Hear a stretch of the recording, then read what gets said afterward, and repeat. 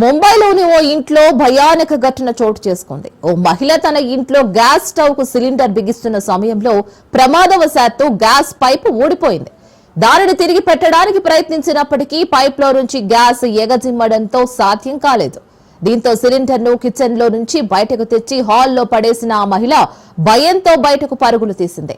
Cylinder కింద పడి ఉండడంతో పైప్ నుంచి లీక్ అయిన గ్యాస్ ఇల్లంతా వ్యాపించింది.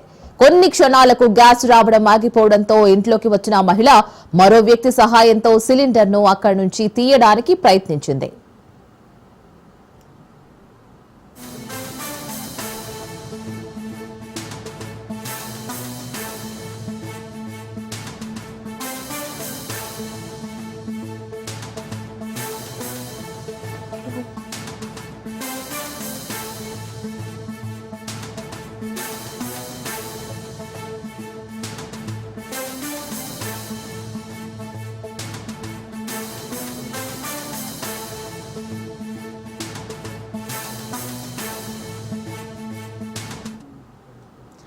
అంతలోనే క్షణాల్లో పెద్ద ఎత్తున పేలుడు సంభవించడంతో భారీగా మంటలు ఎగిసిపడ్డాయి.